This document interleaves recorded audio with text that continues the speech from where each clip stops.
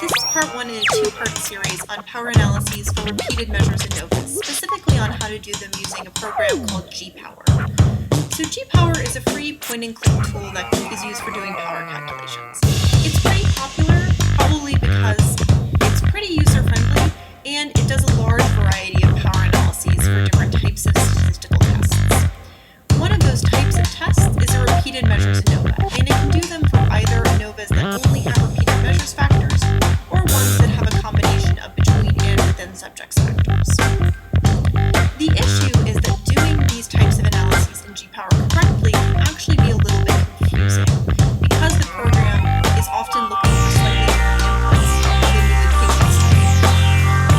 And so across these two videos, I'm going to talk a little bit about how to do power analyses in G-Power for power measures designs, and some of those little idiosyncrasies of the program that are kind of needed. So in part one, I'm going to be talking about the issue of effect size, specifically talking about the effect size G-Power thinks you have, and the effect size you actually have.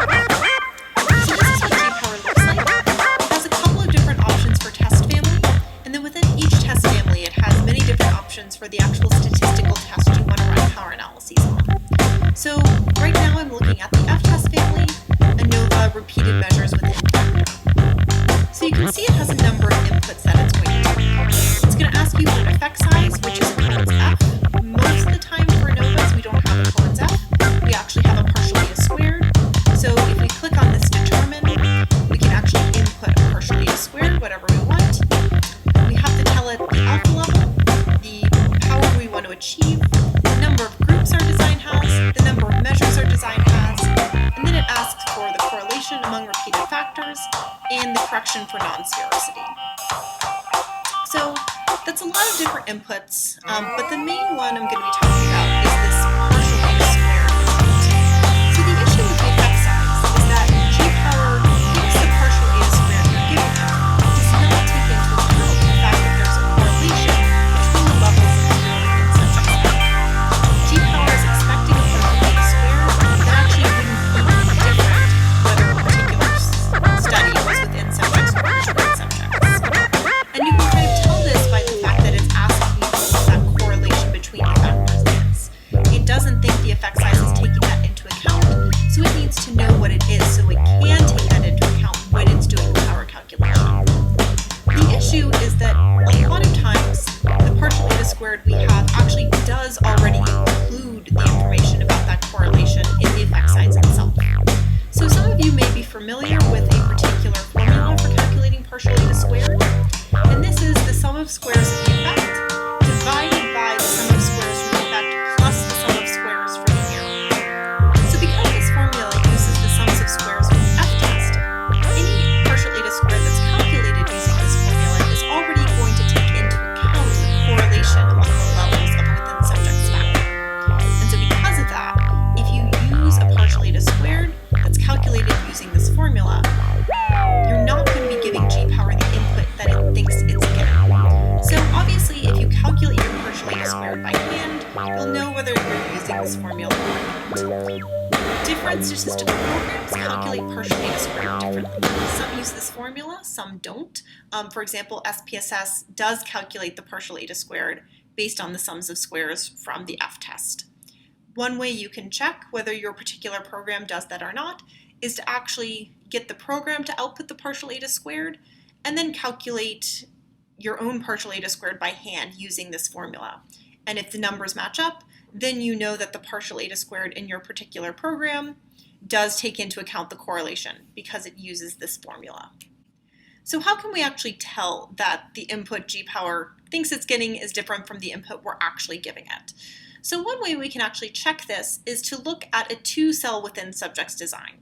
We can either run that using a t-test or using an f-test. Now, because the design is exactly the same and the mean, standard deviation, and correlation should be the same, we should get out the same sample size requirements whether we run it as an f-test or as a t-test.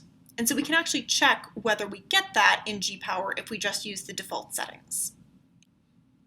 So what I'm going to do is run the power calculation in G-Power with the f-test and the t-test using effect sizes that are analogous to one another. So for the partial eta squared, I'm going to have 0.199. going to calculate that and transfer it over. And then the correlation between the two levels of my factor is 0.369, and I have two measurements. So if I calculate this, G-power is telling me I would need 19 samples. So if I now go to the t-test, so t-test match pairs because it's a within subjects t-test, and I put in the analogous Cohen's d, which is 0.486, I should get that 19 again. What I actually get is 57.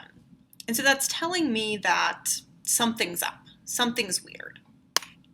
So what's weird is that the partial eta squared I inputted was a partial eta squared that was calculated using that formula from before.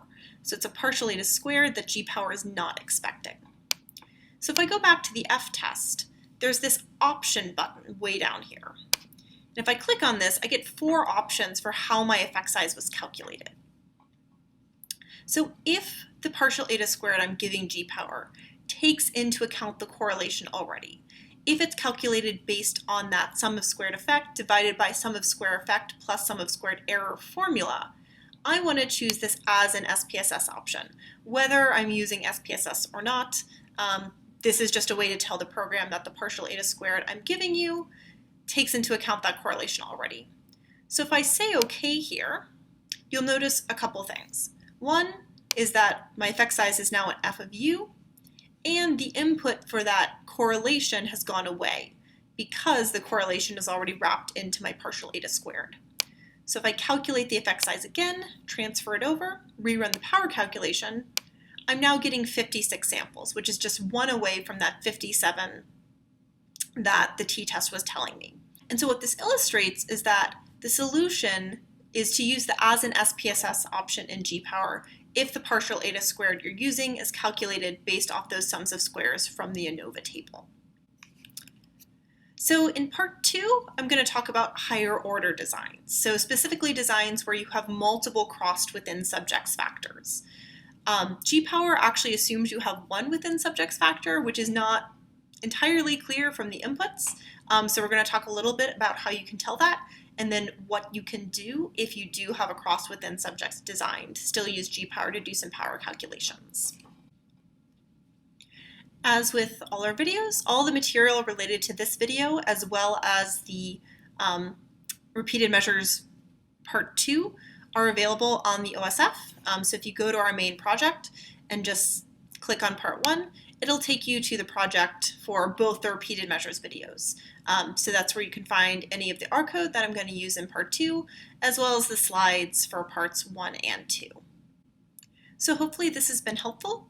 As always, please feel free to comment on the videos, comment on the OSF page, or email us with any questions, comments, ideas for other videos you would find particularly helpful. We love hearing back from users. You can either email us at stats-consulting@cos.io or contact@cos.io. Thanks.